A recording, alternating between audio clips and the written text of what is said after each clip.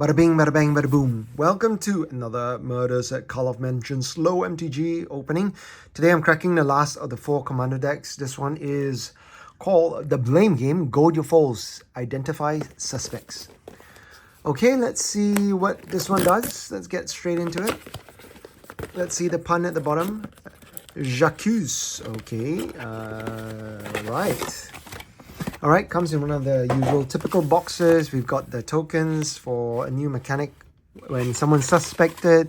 The usual bits and pieces. We've got the commander, the collector booster sample pack. First hit's free. One of these deck boxes with a spin down, 40 life counter in paper.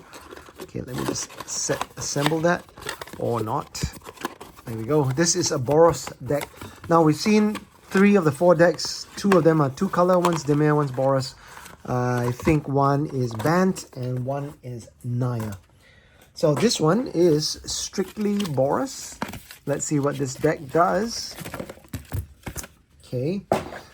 Let's see what the sheet says. That might help if I'm in focus. Okay, we've got one of these clue decipher thingies. I think these symbols are aligned with what you might see on some of the cards. Not digging this art, super digital. You can see the faces sort of looks, I don't know, have a look. There we go. Who's that? I think that's Nelly Borka.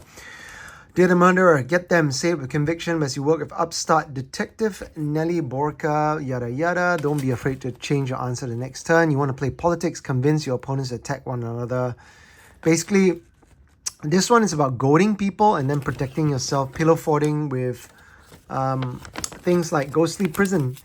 Everyone let people take each other out before you kind of swoop in and win. So let's see how you get to do that with this deck. Boros 2 colors, I guess mono and 2-color decks are always good on the mana base.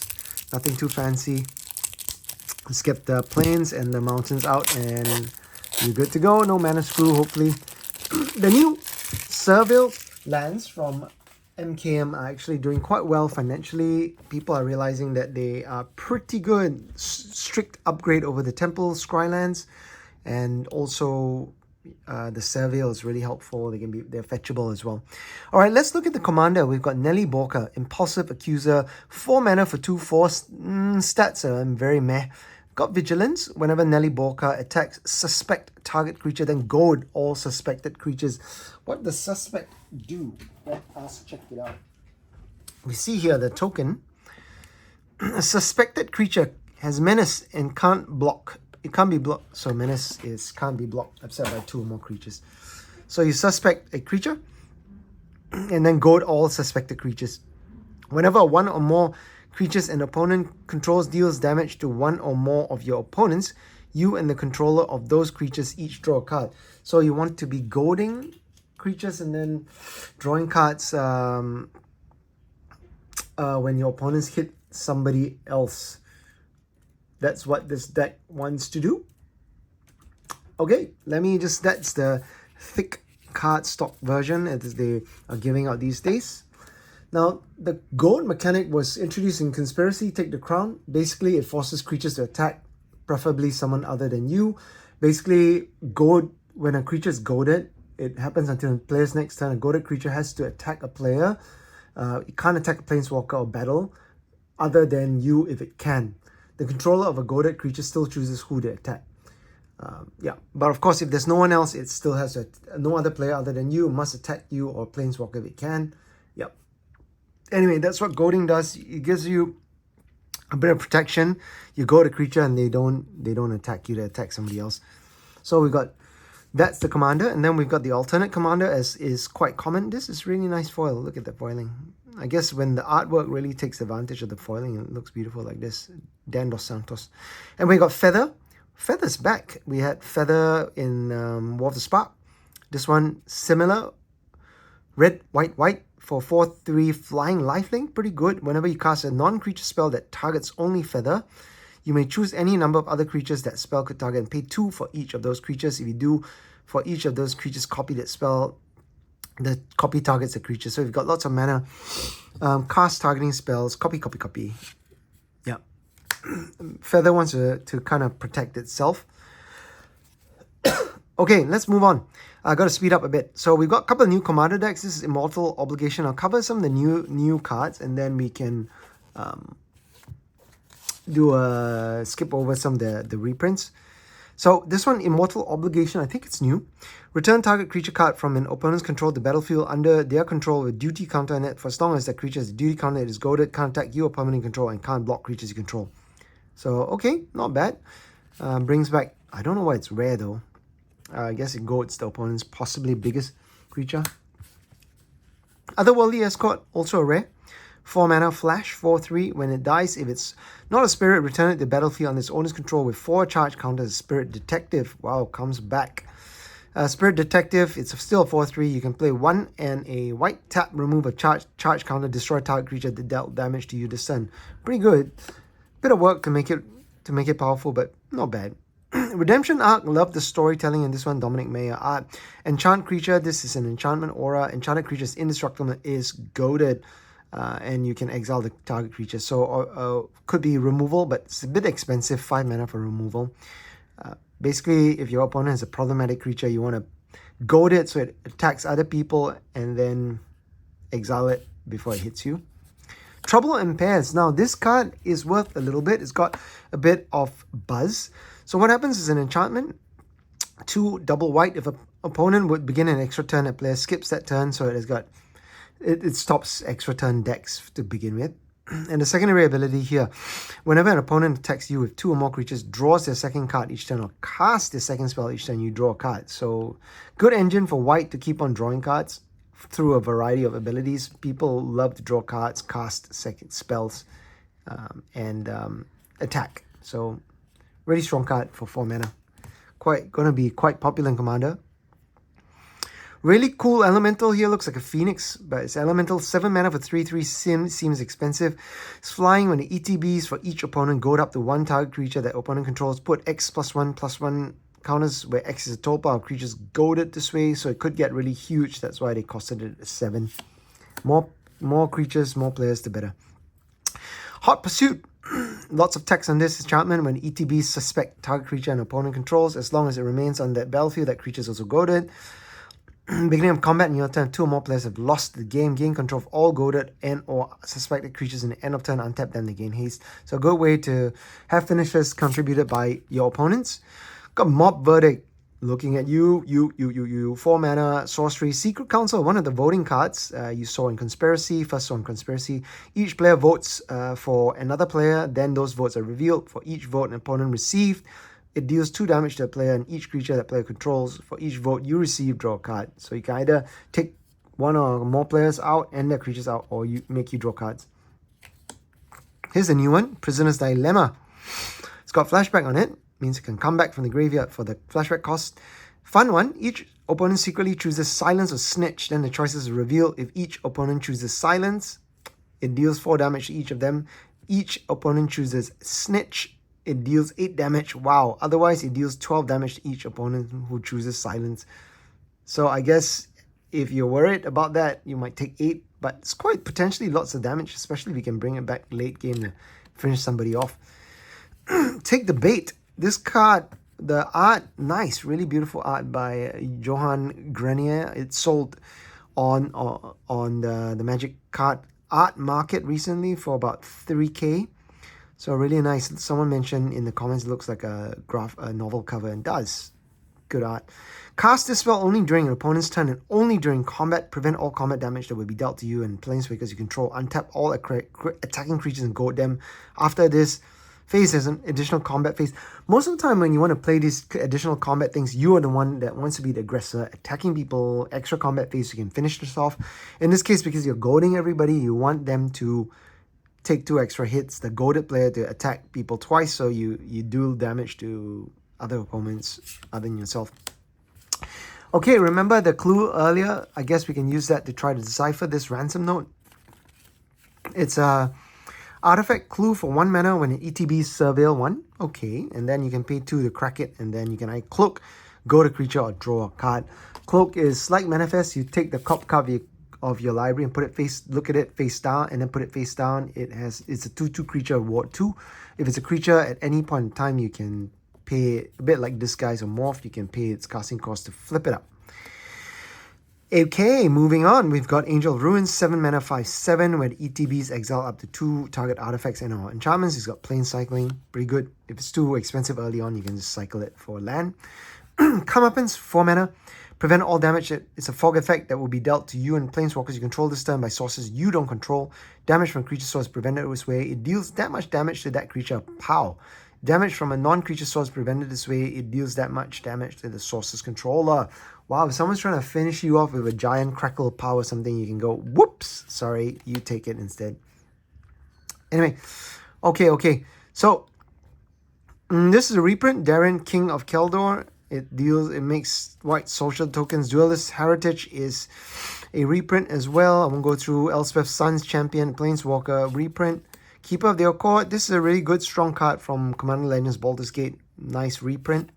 Lauren of the third path, this was picking up quite a few bucks. I think it's also, I want to say it's from Commander Legends, Commander Baldur's Gate. And it's pretty good. Being played in some of the Legacy Initiative decks, I think, and Vintage possibly as well. Yeah, it destroys stuff. Promise of Loyalty, check it out. Super Friends, 1, 2, 3, 4, 5 people. Yeah, basically each player puts a vow counter on a creature they control and sacks the rest. Each of those creatures can attack you for all planeswalkers you control as long as it's a vow counter. 5 mana, sort of mostly board wipe. I love this card. Selfless Squire is coming in with a big fat shield. It's got flash. When ETBs prevent all damage will be dealt to you, the Squire takes it all. Whenever damage will be dealt to you is prevented, put that many +1/+1 counters on Squire. This is a Super Squire. Gets bigger. Savine's Reclamation, Commander deck, and also recently in Dominaria Remastered. I think it's a reprint. Lets you flashback stuff. Smuggler's Share. This had a bit of hype, a bit like what you saw earlier with Trouble in Pairs. A bit of hype for draw. Anything with treasure tokens would get some hype, but unfortunately it didn't quite set the EDH world on fire. Anyway, Stalking Leonin. A lot of these secret, choosy things. Sun Titan. Windborn Muse is nice. Lots of reprints. Ghostly Prison on a Stick. Winds of Wrath. Old school Drew Tucker OG artist. Destroy all target creatures that aren't enchanted. They can't be regenerated. Great enchantment decks. It's a board wipe while keeping enchanted creatures alive. 5 mana. Also reprint. This is Goading. Brash Taunter.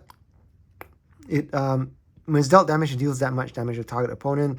It fights creatures. So fights big creatures, picks a brawl, and then deals damage to them. Disrupt the Quorum. It's also a reprint. Goad Italy. Oh my god, how many times must they reprint this? They need the new Italy, but anyway, we'll go through that. Fiendish Duo. This is a nice, much needed reprint. It was originally printed in one of the Game Night decks a couple of years ago. This one is 6 mana. First strike. If a source would deal damage to an opponent, it deals double that damage to that player instead. So great for mono red deal damage type decks. Got Frontier Warmonger. Whenever one or more creatures attack one of your opponents or planeswalkers they control, these creatures gain menace. And on turn, this is a reprint. Kazul, Tyrant of Cliffs. I think this might be new. I can't remember. Basically it's Spectacular Showdown, 1 in red. Put a double strike counter on target creature, then gold each creature that a double strike counter put on it this way, and you can overload it. Instead of target creature, it's each creature. So for 7 mana, pretty good. Vengeful Ancestor, beautiful art by Mark Zug. 3/4 flying for 4. Whenever ETBs attacks, go to creature. Whenever Gojek creature attacks, it deals 1 damage to its controller. Anya, a reprint, 5 mana, 4/4, and flying. It gets +3/+3 for each opponent's life total is less than half yours. Blah, blah, blah. Also a cool one, Deflecting Palm. Bringing big creatures and then deflect it back. This one also deals damage back. You see a theme happening. Gisela, nice reprint. 7 mana, 5/5 flying first strike, double damage. Ancient Stone Idol reprint. Set Robot reprint. Steel Hellkite reprint. Tomb of Legends also a reprint. Yeah, draw cards. Then we get into some of the rare mana base. This is from Eldraine. It's got Castle Ardenvale. Basically, make creature tokens. Exotic Orchard is in every deck now. These are the check lands. Show Mountain Pass from Strixhaven, I think. Not super exciting. Cure Keep. This makes kobolds. I like this reprint. Manlands, also nice. This one, and it's like a weak-ass Maze of Ith. You must pay 4 and tap. Maze doesn't make mana, but the ability is free. Scavenger makes you graveyard, exile graveyard. This one is Boros. Utility land. It lets you pump a creature and give it vision and haste. Temple, I would strictly upgrade it to the Elegant Parlor from the MKM set. Throne of the High City. Basically, if you sack this, you become the Monarch. Don't see this much, but it's cool. War Room. This is good and super good in Mono Commander colored decks. You can pay 3, tap, pay life equals the commander colors. Number of colors in your commander's color. Identity, draw a card. Or in this case, you pay 2 life because it's Boros. Ghostly Prison New Art by Darkin. Nice one. Pillar Fording, Gideon's Sacrifice.